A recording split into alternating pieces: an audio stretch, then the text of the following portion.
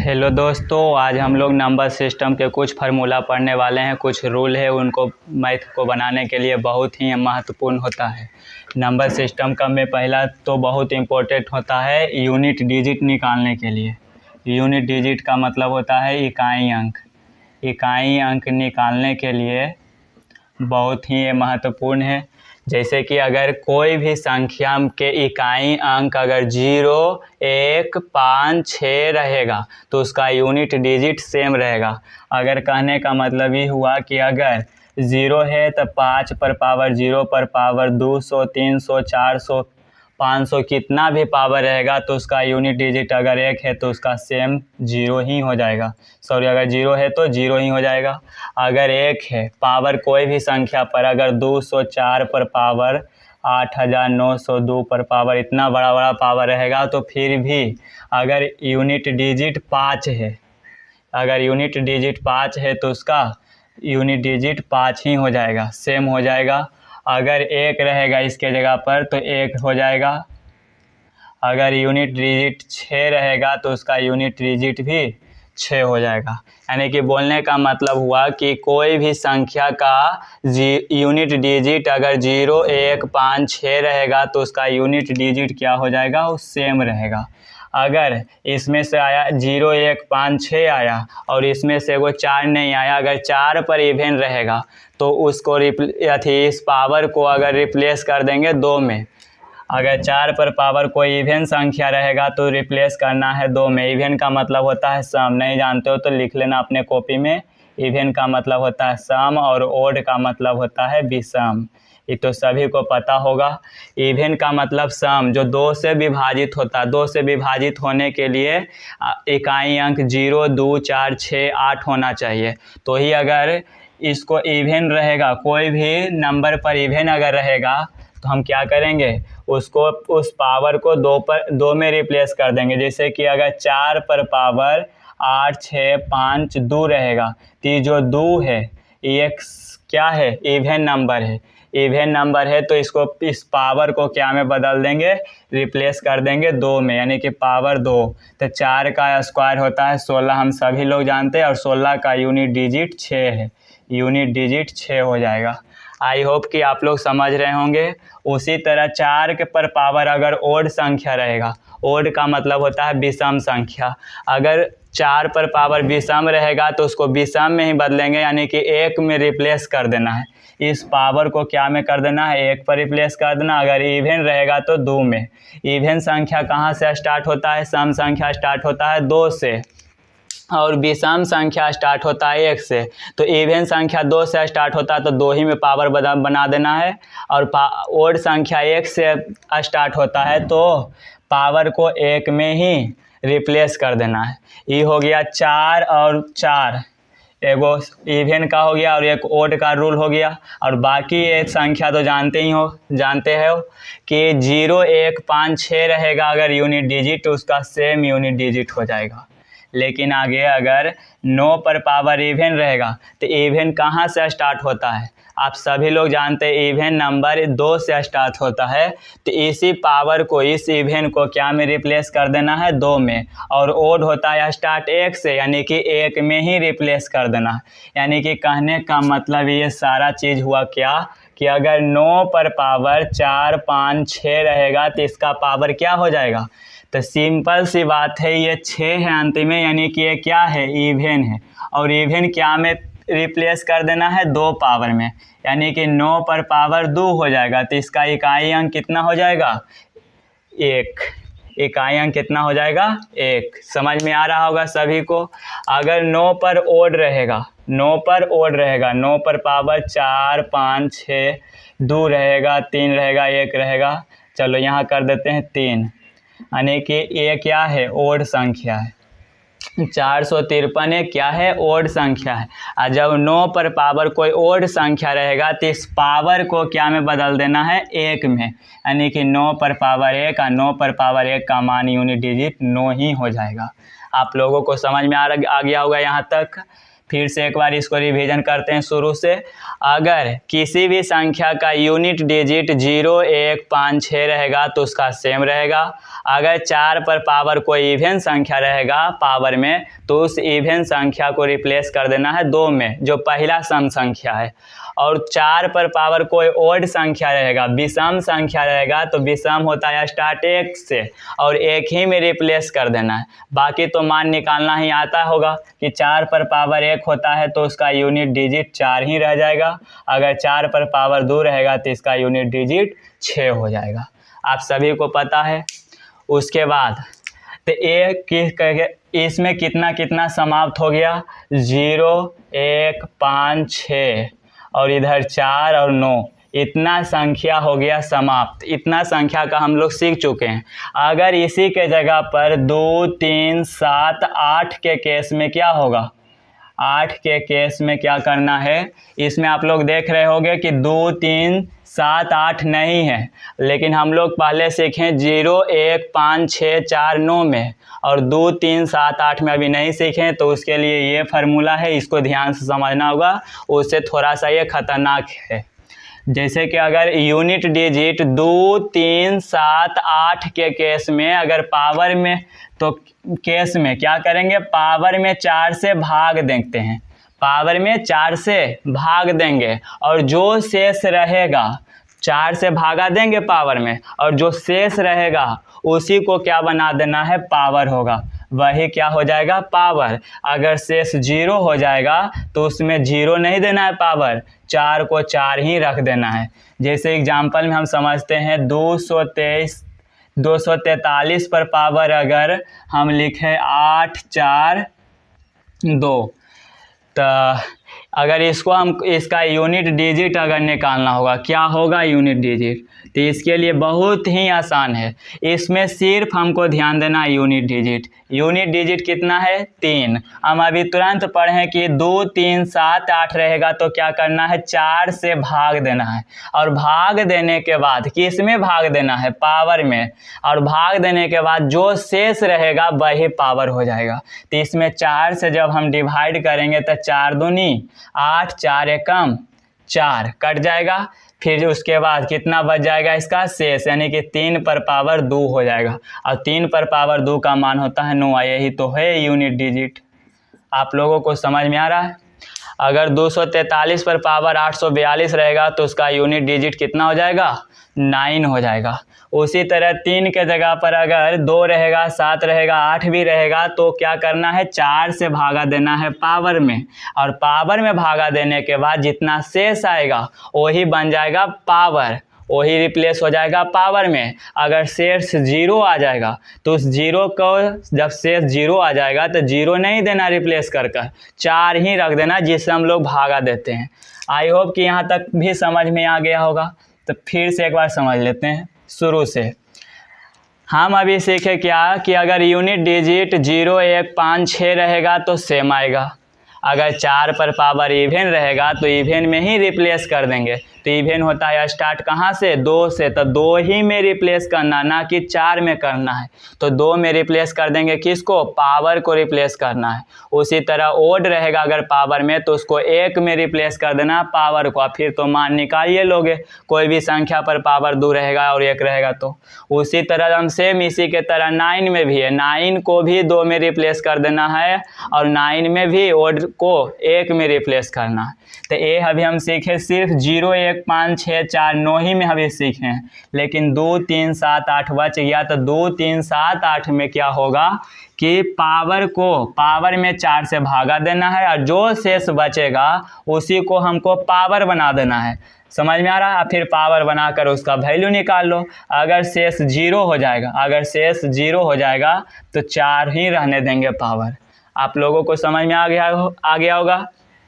एक new topic आया अब क्या कि अगर 4 पैर वालों की संख्या निकालने के रहेगा। एक क्वेश्चन पढ़ते होगे कि भेड़ और आदमी मिलकर किसी मैदान में चढ़ा रहे हैं, सिरों की संख्या इतना है, लेगों की संख्या इतना है, पैरों की संख्या इतना। तो उस तरह का एक फार्मूला होता है। 4 पैर वालों की संख्या अगर निकालना रहेगा तो L-2H/2 हो जाएगा। अगर 2 पैर वालों की संख्या निकालना रहेगा तो 4H-L/2 हो जाएगा, जहाँ L से होता है लेग और H से होता है हेड। लेग माने पैर और हेड माने सिर।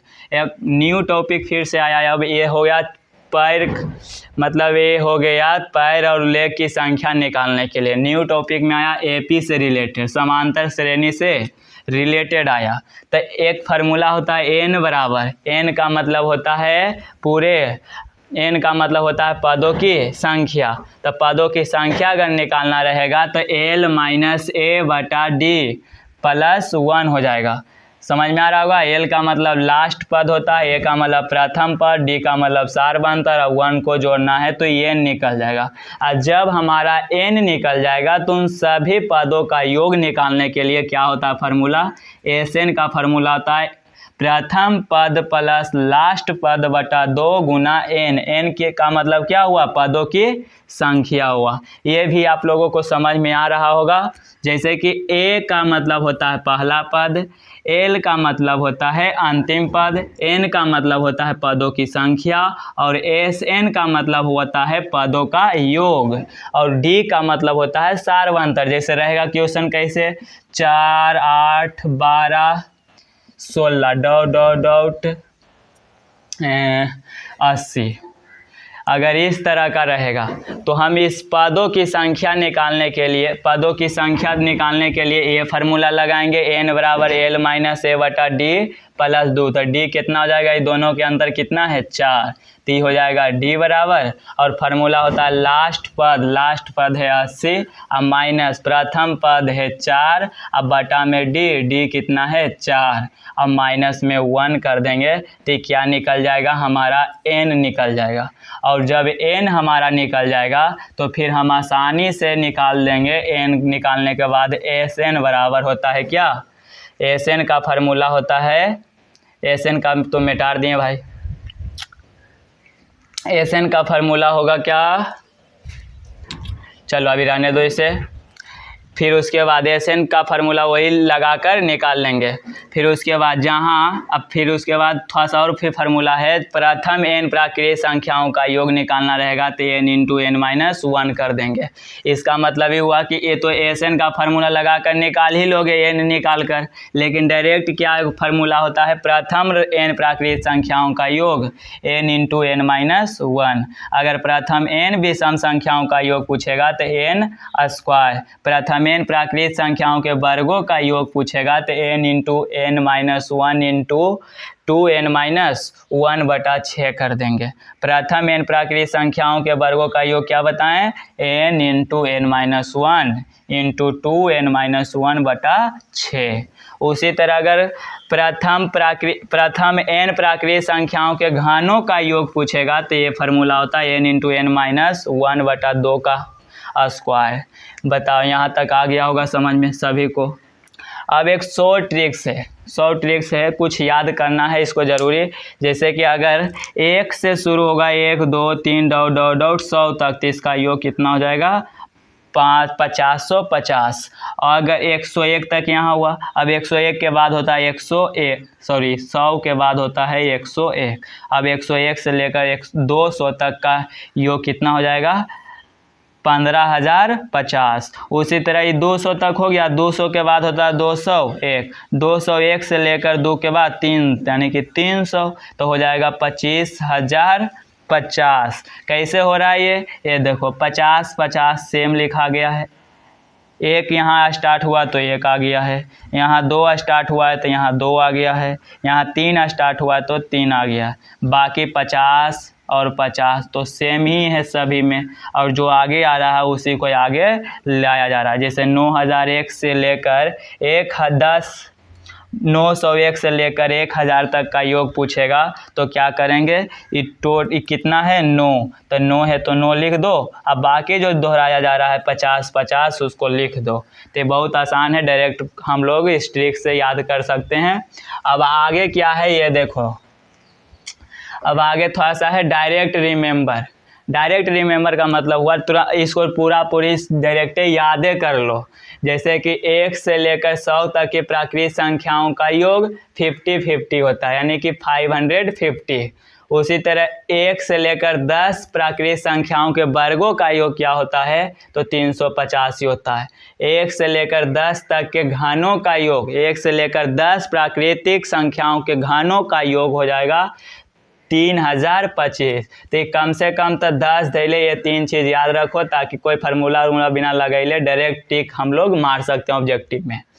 एक क्वेश्चन आया है क्या कि अगर 1 2 3 डॉट डॉट डॉट 25 तक है, फिर इसी को घटते क्रम में ले गया है कि 24 23 22 डॉट डॉट डॉट 2 1 तक अगर आएगा, इस तरह का क्वेश्चन रहेगा तो ऐसे प्रश्न में सबसे बड़ी संख्या का वर्ग एपी में रहेगा, तब सबसे बड़ी संख्या इसमें कहाँ तक गया है 25 तक, और इसी 25 का कोची कर देंगे वर्ग करेंगे।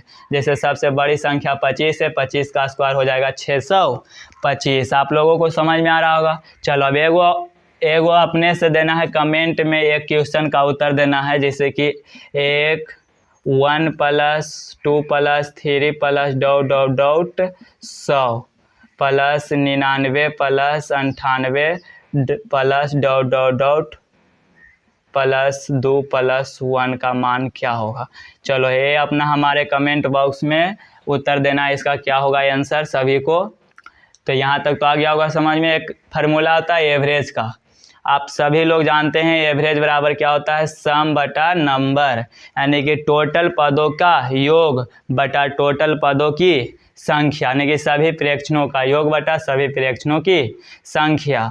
और एक होता है लार्जेस्ट नंबर का फार्मूला होता है क्या, उसमें लार्जेस्ट नंबर एक निकालने का रहेगा, मैथ जब बताऊंगा तो आएगा समझ में। अभी फिलहाल में इस फार्मूला को याद रखना है कि एवरेज प्लस n-1। उसी तरह स्मॉलेस्ट का निकालने का रहेगा तो एवरेज माइनस n-1। और एक चीज़ यहाँ से आप लोगों को सभी को पता होगा, एक क्वेश्चन नोट कर लिया होगा, इसका कमेंट में ज़रूर देना आंसर। 1 2 3 डॉट डॉट डॉट 100 तक है, फिर 99 98 डॉट डॉट डॉट 1 तक है। अब इसका आंसर क्या होगा, इन सभी का योग का आंसर क्या होगा, ये कमेंट में बताना है। अब उसके बाद एक फार्मूला भी हम तुरंत बताएं कि एवीजी मतलब एवरेज का फार्मूला जब सम बटा नंबर होता है, सम बटा नंबर होता है। अब इसी में से हमको कुछ भी कर देगा, 2 इकाई दे ले रहेगा, अगर एवरेज दे ले रहेगा, सम दे ले रहेगा, नंबर निकालने का रहेगा तो कैसे निकालेंगे। अगर एवरेज सम दे ले रहेगा, एवरेज और नंबर दे ले रहेगा तो सम कैसे निकालेंगे। तो इसके लिए सबसे आसान है, आप लोग तो जानते ही हैं कि नंबर कौची में भागा में नहीं आएगा तो गुना में, यानी कि एवरेज और गुना नंबर बराबर हो जाएगा सम। आप सभी लोग जानते हैं। अगर हमको सम निकालना रहेगा तो सम का फार्मूला हो जाएगा एवरेज गुना नंबर। अगर हमको क्या निकालना रहेगा, नंबर ही निकालना रहेगा, तो नंबर जब निकालना रहेगा तो सम गुना में नहीं आएगा तो भागा में, यानी कि एवरेज बटा sum is equal to number बच जाएगा। आप लोगों को समझ में आया कि नहीं, आप लोगों को समझ में आ रहा होगा। जैसे कि अगर हमको सम निकालना रहेगा, क्या निकालना रहेगा, सम, तो सम निकालने के लिए रहेगा तो इसी को इन्हें क्या करेंगे, भेज देंगे नंबर को, इजी है भाई। फिर उसके बाद एक और 100 ट्रिक्स है। क्या 100 ट्रिक्स है कि अगर 1 में 11 जोड़ेंगे तो 12 जिस तरह होता है, अगर 1 + 11 + 1 1 1 को जोड़ेंगे तो 1 2 3 यानी कि 123 हो जाएगा। यहाँ से समझाने की कोशिश कर रहा हूँ कि जैसे कि अगर एक बार 11 जोड़ा जाए तो 12 हो रहा है, उसी तरह इसमें एगो 1 है, इसमें डबल 1 है और इसमें 111 है, तो यहाँ पर 1 से लेकर 3 तक गिनती हो रहा है। बस यही एक ट्रिक है, इसको याद करके रखना है। जैसे कि यहाँ 1 है, यहाँ 2 गो 1 है, यहाँ 3 गो, यहाँ पे 4 गो, तो सीधे 1 से लेकर 4 तक गिनती लिख दो, आ जाएगा इसका सम। उसी तरह यहाँ देख लो एक और है क्वेश्चन है कि 1 है, यहाँ पे सिंगल 1 है, यहाँ डबल 1 है, यहाँ 3 गो 1 है, यहाँ पे 4 गो है, यहाँ 5 गो, यहाँ पे 6 गो है। तो जब इस तरह का क्वेश्चन रहेगा तो इसको क्या करेंगे, खाली 6 तक है तो टोटल 1 से लेकर 6 तक गिनती लिख दो, इसका आंसर आ जाएगा। और एक और बहुत महत्वपूर्ण फार्मूला ये है कि 4 पर पावर अगर n रहेगा, 4 पर पावर n रहेगा और 6 से जब भागा हम देते हैं तो सिंपल इसका शेष कितना रह जाता है, 4 ही रहेगा। शेष माने रिमाइंडर कितना रहेगा, 4 रहेगा। आप लोगों को यहाँ तक समझ में आया। अब उसके बाद इतना समझने के बाद थोड़ा सा सांस लो और यहाँ से एक ऐसा क्वेश्चन आया है, इतना महत्वपूर्ण कि हर कॉम्पिटिटिव एग्जाम में ये पूछता ही है। ये बहुत महत्वपूर्ण है, थोड़ा सा हार्ड है, इसको समझने में थोड़ा सा दिक्कत होगा, लेकिन हमें तो कोई चिंता करने की बात नहीं है। यहाँ पे जैसे नंबर ऑफ फैक्टर्स निकालना रहेगा, नंबर ऑफ फैक्टर्स का मतलब क्या होता है बताओ? गुणनखंड होता है। क्या होता है? गुणनखंड। समझ में आ रहा है? तो नंबर माने संख्या, यानी कि गुणनखंडों की अगर संख्या निकालना रहेगा, गुणनखंडों की संख्या निकालने के लिए क्या करेंगे बताओ जरा? ये थ्योरी है, इस पे बहुत सारा क्वेश्चन बनाएंगे अभी। नंबर ऑफ फैक्टर्स निकालने के लिए अभाज्य गुणनखंड निकाल कर, मतलब कोई संख्या दे रहेगा, जैसे 100 है।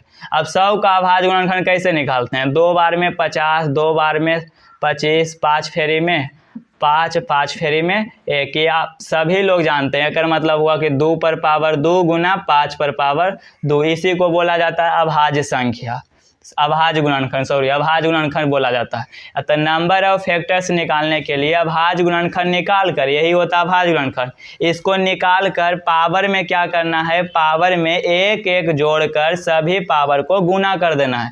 अभी पावर कितना हुआ? यहाँ पे 2 है तो 2 में 1 जोड़ेंगे तो 3 हो जाएगा, गुना इसमें पावर कितना है? 2, तो 2 में 1 जोड़ेंगे तो कितना हो जाएगा? 3। 3 तिया कितना होता है? 9।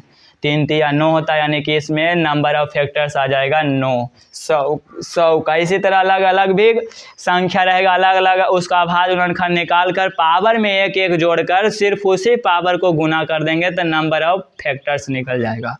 आई होप कि एक गो समझ में आ गया होगा। दूसरा क्या है? Number of odd factors. Odd माने अभी जस्ट बताए थे, इधर इवन नंबर होता है, सॉरी ओड माने होता है विषम। क्या होता है? विषम, यानी कि विषम फैक्टरों की संख्या अगर निकालना रहेगा, क्या निकालने का रहेगा? विषम फैक्टरों की संख्या। तो निकालने के लिए क्या करेंगे? सेम नंबर ऑफ फैक्टर्स का रूल लगेगा। नंबर ऑफ फैक्टर्स का रूल क्या अभी पढ़े हम लोग कि नंबर ऑफ फैक्टर्स का रूल पढ़ें क्या कि अभाज्य गुणनखंड निकाल कर पावर में 1 जोड़कर और उस पावर को सभी को गुना कर देना है। ये नंबर ऑफ फैक्टर्स का रूल पढ़ें। उसी तरह अगर हमको ओड फैक्टर्स का नंबर निकालना रहेगा तो सेम उसी के तरह करेंगे जिस तरह नंबर ऑफ फैक्टर्स में किए। तो अभाज्य गुणनखंड निकाल कर पावर में 1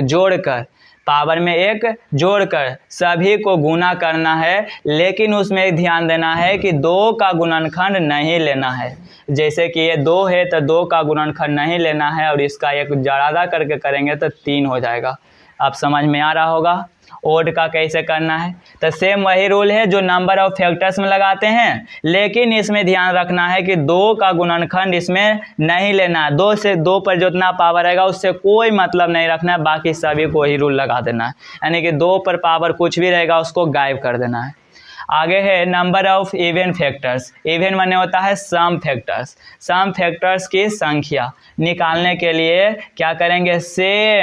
सेम नंबर ऑफ फैक्टर्स जो हम शुरू में पढ़े, नंबर ऑफ फैक्टर्स।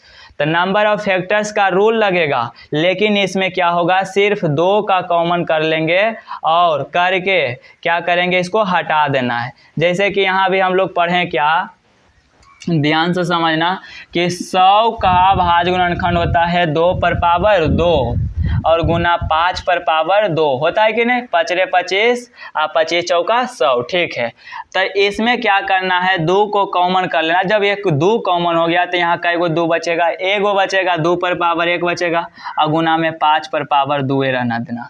समझ में आ रहा है? अब इसी को गायब कर दो और बाकी 1 गुना 2 करो तो कितना आ जाएगा? 3 आ जाएगा। यहाँ से फिर वही रूल लगाएंगे तो 1 में 1 जोड़ेंगे तो 2 हो जाएगा, 2 में 1 जोड़ेंगे तो 3, यानी कि 3 दूना 6 हो जाएगा। आप लोगों को समझ में आ रहा है यहाँ तक? 2 रूल तक तो अभी आ जाना चाहिए समझ में कि नंबर ऑफ इवन फैक्टर्स निकालने के लिए नंबर ऑफ फैक्टर्स का ही रूल लगाएंगे, लेकिन 1 2 को कॉमन करके इसको गायब कर देना, बस इतनी सी बात है। आगे क्या है? Number of proper factors. Proper माने होता है समुचित। प्रॉपर फैक्टर्स निकालने के लिए क्या करेंगे? Number of factors -1। जो नंबर ऑफ फैक्टर जिस तरह हम पहले निकाले थे उसमें से अगर हम 1 घटा देंगे तो प्रॉपर फैक्टर निकल जाएगा। समझ में आ रहा है? फिर से एक बार रिवीजन करते हैं शुरू से। हम लोग ने पहले क्या पढ़ा? नंबर ऑफ फैक्टर्स में अभाज्य गुणनखंड निकालना है और जितना पावर रहेगा उसमें एक एक जोड़कर उस पावर को गुना कर देना, बस सिंपल सी बात। दूसरा में हम क्या बोलें कि नंबर ऑफ फैक्टर्स का ही रूल लगाना है, लेकिन इसमें क्या करना है, 2 का गुणनखंड नहीं लेना है। मतलब 2 का पावर जो रहेगा उससे कोई मतलब नहीं रखना, बाकी सब वही हो जाएगा, नंबर ऑफ फैक्टर्स का रूल। फिर तीसरा में हम क्या सीखें, number of even factors. Even factors में क्या होगा कि खाली 2 को कॉमन करके वो हटा दो, मतलब 1 2 को हटा दो, बाकी सेम वही रूल रहेगा। समझ में आ रहा होगा यहाँ तक। अब प्रॉपर फ्रैक्शन में क्या सीखें हम लोग कि नंबर ऑफ फैक्टर्स निकालने के बाद उसमें से सिर्फ 1 घटा दो तो नंबर ऑफ प्रॉपर फैक्टर्स निकल जाएगा। अब है प्रोडक्ट्स ऑफ फैक्टर्स, मतलब विभाजकों का गुणनखंड। तो इसमें क्या करेंगे, नंबर ऑफ फैक्टर्स में भागा देंगे 2 से, मतलब यहाँ समझना ध्यान से इसको।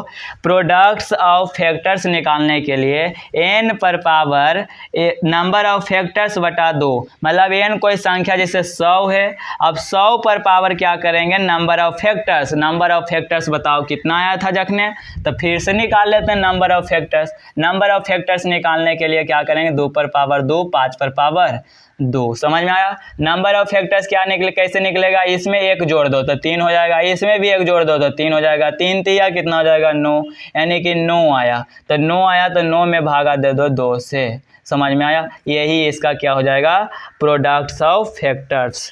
सम ऑफ ऑल फैक्टर्स निकालने के लिए, मतलब सभी फैक्टर्स का सम निकालने के लिए क्या करेंगे, पहले तो अभाज्य गुणनखंड निकालने के बाद, जैसे कि 240 का अभाज्य गुणनखंड होता है 2 पर पावर 4 गुना 3 गुना 5, तो इसका मतलब 2 पर पावर 4 है तो सिंपल 0 से स्टार्ट करो पावर लेने के लिए और 4 तक लाकर छोड़ दो और बीच बीच में सब में प्लस दो, जैसे 2 पर पावर 0 प्लस 2 पर पावर 1 प्लस 2 पर पावर 2, 2 पर पावर 3, 2 पर पावर 4। आप लोगों को आ रहा है समझ में। फिर 3 है तो 3 कहाँ से स्टार्ट करना है, 0 से स्टार्ट करना है, तो 3 पर पावर 0 प्लस 3 पर पावर 1। अब आगे तो कुछ है ही नहीं है तो इसको घेर दो, फिर ब्रैकेट में कर देना, फिर 5 पर पावर 0 प्लस 5 पर पावर 0। और ध्यान देना है कि सभी गुना में ही रहेगा, लेकिन जब हम पावर को एकदम सबसे छोटा 0 से लेकर जाएंगे बढ़ते क्रम में, जैसे 4 पावर है तो 4 तक, पावर 1 है तो 1 तक, पावर 1 है तो 1 तक, और इसको अंदर में क्या करना है, प्लस कर रखना है, अंदर में प्लस और बाहर में सब गुना। अब इन सभी को जब हम तोड़ेंगे तो आएगा 1 प्लस 2 प्लस 4 प्लस 8 प्लस 16। उसी तरह इसको जो एक बात ध्यान देना है कि कोई भी संख्या पर पावर n पर पावर 0 रहता है तो इसका वैल्यू कितना होगा, 1 होगा। कोई भी नंबर पर पावर 0 रहता है तो उसका वैल्यू कितना होगा, 1 होगा। उसी तरह यहाँ पर 5 पर पावर 0 का मान 1 और 5 पर पावर 1 का मान 5 हो जाएगा। इन सभी को जोड़ेंगे तो 31, ब्रैकेट का मतलब गुना, इन दोनों को जोड़ेंगे तो 4, इन दोनों को जोड़ेंगे तो 6, और इन सभी को गुना कर देंगे तो आ जाएगा 744। और जो 744 आया बताओ ये क्या निकला, सभी फैक्टर्स का सम निकला, सभी फैक्टर्स का मतलब सभी गुणनखंडों का योगफल निकला। उसके बाद कभी कभी इसी में व्युत्क्रम के लिए क्या हो जाएगा, अगर व्युत्क्रम का पूछेगा, मतलब व्युत्क्रम फैक्टरों का योग पूछेगा तो एकदम सेम इसी की तरह निकाल लेंगे इसको, न सम ऑफ ऑल फैक्टर्स, मतलब सभी फैक्टरों का सम निकाल के और उसी संख्या से क्या करना, 240 से भागा दे देना, तो निकल जाएगा व्युत्क्रम के लिए। बताओ यहाँ तक आया समझ में। किसको ये क्लास अच्छा लगा कमेंट में ज़रूर बताना।